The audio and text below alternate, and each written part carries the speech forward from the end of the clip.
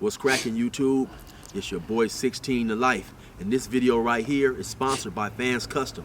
FANCUSTOM is a company that offers specialized football jerseys, basketball jerseys, or baseball jerseys. You can get your own special team with your own special colors, or you can get you a personalized jersey like I did with this pullover. So go ahead and check it out. Also, if you happen to get one, you can use my special promo code 16 to Life. I'll leave it in the link, and you can get you 10% off. Check me out.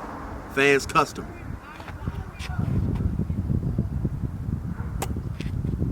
You already know what time it is. Let's hop into this video.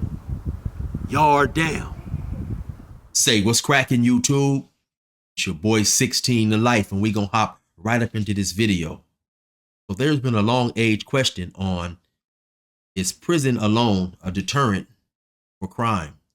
And by me doing time, being in prison, seeing some of the same guys go in and out, meeting guys who have been in prison numerous times, I would say that sending a person to prison alone is definitely not a deterrent. It's up to that individual person. It's up to him, and he has to choose and take on the mind state that he does not want to go. He does not want to return to prison. You know, like I say, when I first went to prison for my first time, I was 25. I was sent to Salinas Valley level 4. You know, there were some people on the yard, even younger than me. You know, I remember it was a dude by the name of Crip from Moreno Valley. Well, he wasn't from Moreno Valley, but he's from the Moreno Valley area. And I think Crip may have been 19, 20. There was another dude who I'd hit the yard with. He was about 19 or 20. And, you know, when you send a person that young to prison, a person who's already in a subculture like gang banging, and he's extremely impressionable, you send him to that yard in a situation where basically he feels he has to sink or swim. And I've seen both young individuals and older individuals as well do both. Some chose to sink, some chose to swim, you know. But when you send a person into that environment, it's definitely not a rehabilitative type of environment, you know. I think somewhere around 2004, California Prison Department, the California Department of Correction added rehabilitation, you know. So now they became the California Department of Correction and Rehabilitation. But at that time, it was strictly just a farce, you know. It was just something that that they added to the title. Later on, they did become more focused on actually helping people rehabilitate themselves. But like I said, once again, a person has to make that choice for himself, whether he wants to try to rehabilitate himself or not. You know, I remember one time around 2012, I was at North Kern. You know, I graduated from high school in 1989, but they threw me in a I forget what it was called, AB1 or AB2 or AB3, one of them classes where I had to go to school. And I told them, hey man, listen, I already got an education. I mean, a high school, because you had to either have a high school diploma or a GED. And so I said, it's in my file, you know, because when I first came to prison, if the California point system is based on points, you know, the more points you have, the higher level of security they say that you need. So certain things like age, if you had been to the military, if you had kids, if you had a high school diploma, they said would make you less of a risk, I guess, to get in trouble is a good way of saying it. And so if you had a high school diploma, you had kids, you could document, if you were married, if you could prove all these things, they would subtract points. And then, like I say, you know, excuse me, the less points you have, then the less security prison that they say that you have to go to. So I had provided them with all this information, right?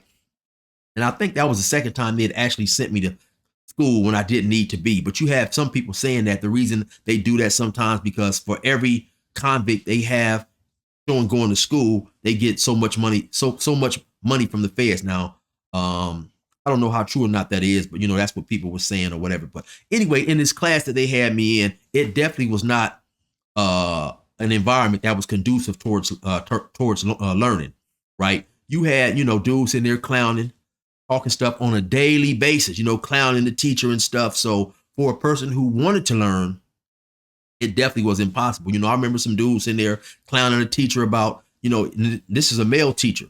His nipples was poking through his shirt and he was turned on by the guys in the class and all this type of stuff. And like I said, that there wasn't anything that he did to try to counter activity by the students. Now, it was another teacher who was no nonsense and she would write people up and stuff, but this particular teacher wouldn't. And so for a person who was in that class and who may have wanted to learn, it was extremely likely for him to tell people, hey, man, can you guys please be quiet? I'm trying to learn something here and stuff like that. So, when you send somebody into this type of environment where so many negative things is going on, it's definitely hard to be rehabilitated. You got guys up in there that maybe you've heard about from your hood or just from prison period. You're around, so many situations and so many influences telling you that you must act a certain way to survive, that it's just difficult to learn up in that situation, right? Which takes me to the main focus of this story right here, man. A friend of mine who I found out later, his name was Michael Grace Jr. Me and Panic, the name that we called him, or the name that I met him by, we met maybe about, 2007, 2008, somewhere at CMC East. We happened to be homeboys by default, meaning that we were from the same geographical location that hung together, and so we was homeboys. He happened to, I believe, be from a place by the name of Barstow or Apple Valley, maybe about 3.5, 4 hours away. And I'd never met him before, but upon us being from the same area, and then especially he rapped, we became good friends. We'd kick it damn near every day. And what I found extremely interesting about him is, man, he was about, 19, 20, 21 at the time. I don't know exactly how old, but for your average typical gangbanger, especially of that time, he seemed extremely intelligent and extremely sharp. And it's sad to say that sometimes we place restrictions mentally in terms of what we think about other gang members. We all, since we come to jail sometimes for some things that, seems crazy, sometimes ignorant, sometimes dumb, sometimes we don't expect that other people can do things that are equated with being smart and having common sense. But like I said, we became friends because the dude rapped. I could listen to his raps and tell that he was extremely intelligent, man. Just the metaphors he would use, the things that he would say. I never forget, one day he was out on the yard rapping and he said something similar to, I'm dropping bombs like Enola Gay. Now, I was extremely impressed when he said that. For those of you guys who may not know what the Enola Gay is, the Enola Gay is the name of this airplane, this aircraft. It was I think the dude who was driving the aircraft, who was flying the plane, named the aircraft after his mother. And this happened to be the first aircraft to drop an atomic bomb in World War II. And like I say, due to the fact that he was young, I was just extremely impressed that he even knew that, and then the way he put it into the metaphor was extremely slick, right? And so he also was always talking about hustling, trying to make money and this and that. So some type of way, I believe it was through another one of our homeboys, Maurice Tansey, who also, rest in peace, he goes by the name of T-Roll. T-Roll had told him that I used to go to Montana. I used to go to Montana and sell drugs and stuff. And so one day he got at me and asked me, what was it like out there and how would he be able to get out and go about it, right? So I told him almost somewhat in these same exact words. I said, listen, homie, now when I was out there, if you caught a case, it was a state case. For whatever reason now, they giving dudes fed times. I had a few homies who had went out there after I was out there, and a lot of them had got stretched out and was doing big fed time numbers. And so I told him, homie, I wouldn't tell you to do nothing. Wouldn't tell you to do anything I wouldn't tell my little brother or my little cousin to do. So I said, homie, I'm not just to give you no information or no game on about trying to go out there and sell no work and get yourself in trouble. You know what I'm saying? He asked me a couple of times, and each time I'd shoot him down and tell him no, homie, because like I said, or I didn't mention, he didn't have a long time. I don't know how much it was, 3 or 4 years, 5 years. It wasn't a whole lot of time. So eventually he ended up, I believe, paroling or being sent to another prison. And that was the last time I saw him. But like I said, I was always extremely impressed with the dude's raps. So once I got out, started rapping, I was trying to contact the dude. I was trying to find him. I was in touch with some of my homies and I was asking, did anybody have a hookup on him? Because I wanted to make some music with him. Nobody had a hookup on him. Nobody had a hookup on him. Eventually, I ran across one of my homeboys who was also real tight with him, man. Who was also real tight with Panic. And Panic, excuse me, my homie SP told me, "Oh man, you haven't heard that Panic got killed, man." I said, "What?" He said, "Yeah, man, Panic got killed trying to rob a pizza parlor out of state somewhere." So now I'm gonna let you guys check this clip out talking about it. Check it out. All new at 11 o'clock, a Charlotte mother beside herself after a Pizza Hut employee shot and killed her son. Police say 28-year-old Michael Grace was there to rob the restaurant. His mother knows that. She admits he was up to no good. But tonight she wants to know why that employee took matters into his own hands, killing her son. WBTV's Alex Giles is live and on your side investigating. Alex.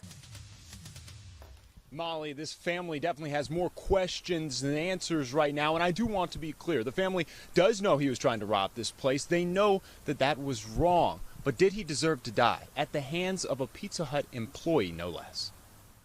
What is the policy about employees having guns on the premises? It's just one of the many questions Tamia Hairston has for Pizza Hut and the CMPD. Her son, Michael Grace Jr., was trying to rob this Pizza Hut.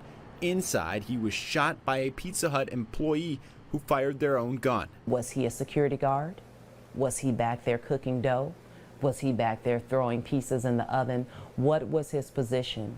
Why did he have a gun on the premises? The parents know what their son did was wrong. They don't approve of the robbery. They say their son was down on his luck and needed to support his own child. It was an act of desperation, but I do not believe that Michael would have hurt anyone. Police say Grace Jr. was carrying a gun when he was shot.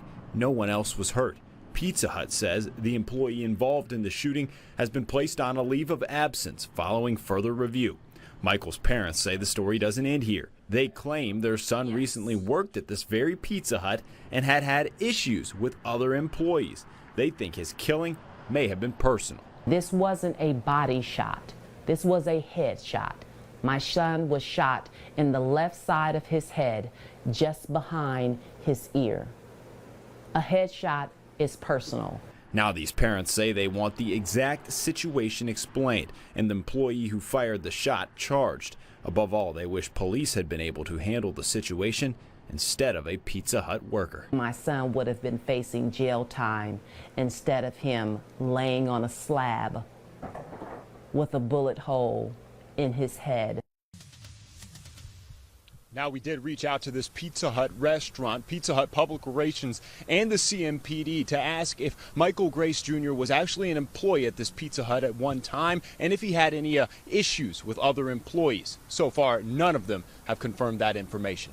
Reporting live in West Charlotte, Alex Giles, WB. Yeah, so watching that clip, man, it's a sad situation. When I found out, like I said, I couldn't believe it. I couldn't believe it, man. The dude was a young dude. He was real cool. The whole time he was there, he never got into no trouble. He was extremely intelligent for a person of his age at that time, because around that time, call that the period of the game goofies. You had a lot of dudes coming in who was young, who I called game goofy, because they didn't seem to have the education, the street education that a lot of people from my era had at that age. It seemed like nobody had gave them any information, and they were just running around doing wild type stuff. But like I say, Panic was extremely smart. He was intelligent. He was respectable. Never had no trouble from that dude. The dude had an old soul, man.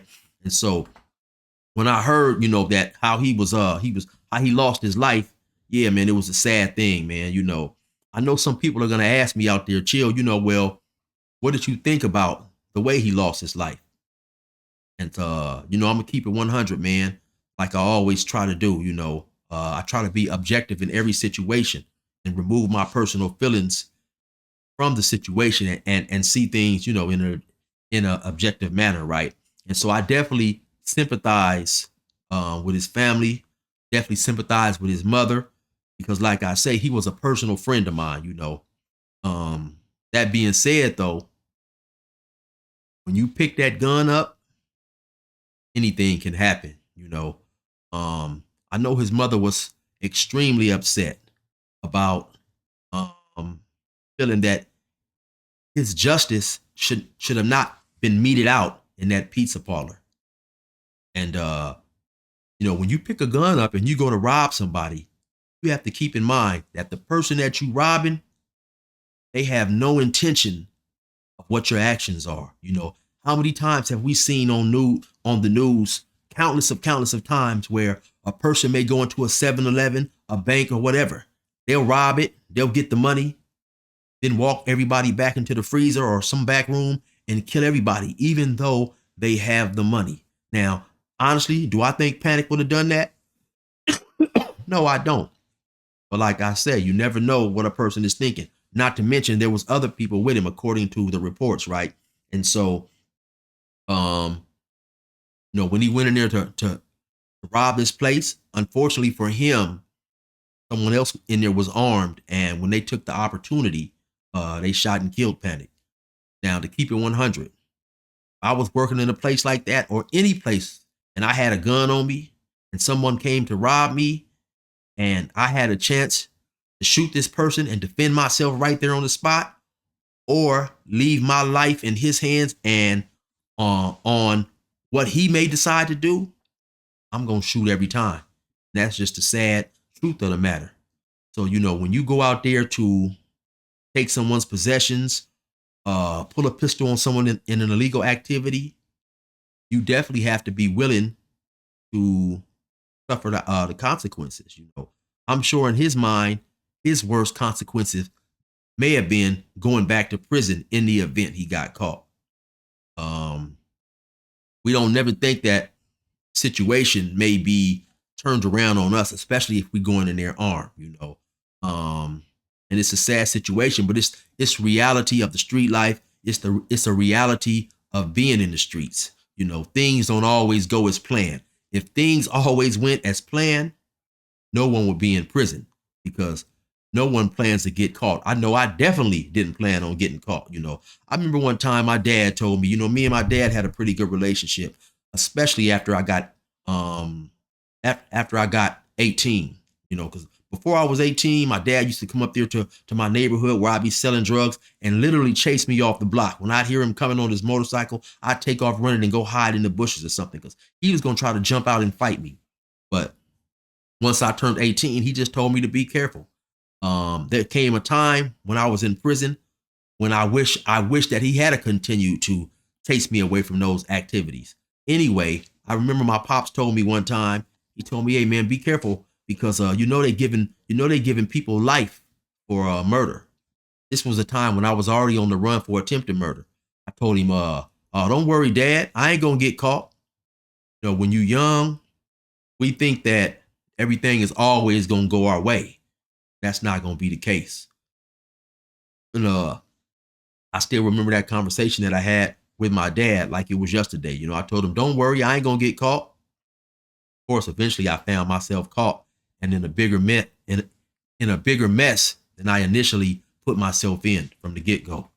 So, you know, yeah, sometimes videos extend and go out far. So, mother of Panic, Michael Grace, if you happen to hear this, I definitely send my condolences and my apologies, you know, for the loss of your son. You know, like I say, it's an unfortunate possibility when we're in those streets and we choose to make wrong decisions. Sometimes you never know how things is going to end out. Anyway, y'all think about that. You know, sometimes I sit back actually and I think of all the people who I heard about that I had done time with and knew personally, got out and was murdered. You know, and I counted the other day, it was somewhere around 17, 18 people, maybe a little bit more. And That's just all the people that I heard about. You don't always keep in touch or hear about, what happened to this dude or what happened to that dude. So I'm sure there's more that I just never happened to hear about. But that just goes to show, prison is definitely not a deterrent, especially for people who don't have life, because when you don't have life in the California prison system, you're not forced to take any rehabilitation classes. You have no incentive to take a rehabilitation class. The lifers aren't forced, but if they want to go home, there's that strong incentive, because the parole board wants to know, what have you done to correct or help curtail the flaws that led you to prison? But when you don't have a life sentence in California prison system, you don't have to see the parole board. You have what is known as a determinate date, and you're going to get out when that date comes. You might get in trouble and push the date back 4 or 5 months. You might push it back a year, but eventually you're getting out. So that's all you have to do, is just stay alive in prison in order to make your date. And so, like I said, when you're young, you're impressionable, or you're immature. You're in there, you're running with gang members, you're running with criminals and like-minded people. You're not trying to change the things that led you to prison, and you don't see anything wrong with yourself. And so you're not going to try to change. I remember one time a dude said in the self-help class, he said, "You continue to do what you've always done, you will continue to get what you've always got." Basically meaning that if you sell drugs, gang bang, you break the law, you got sentenced to prison 3 or 4 times doing that, you get out and do that again, there's a strong likelihood you're going to get the same results that you got initially. So anyway, man, that's a story right there about a good friend of mine. Like I said, man, it's unfortunate. Rest in peace to the homie Panic. You already know what time it is. Resume normal program.